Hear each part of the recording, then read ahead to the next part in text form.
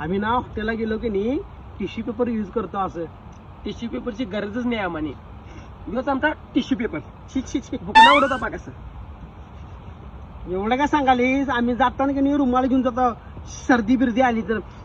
सांगायला काय आम्हाला गरजच नाही कशाची. हे बघ हे शिंबूळ पुसाला बुकना उडता पाक सगळा हिरवा असते आणि बाहेर टॉपते. एवढं काय सांगालीस? आम्हाला जर पाजायला जर आलं की नाही आम्ही 1 किलोमीटर लांब जाऊन पाचताव.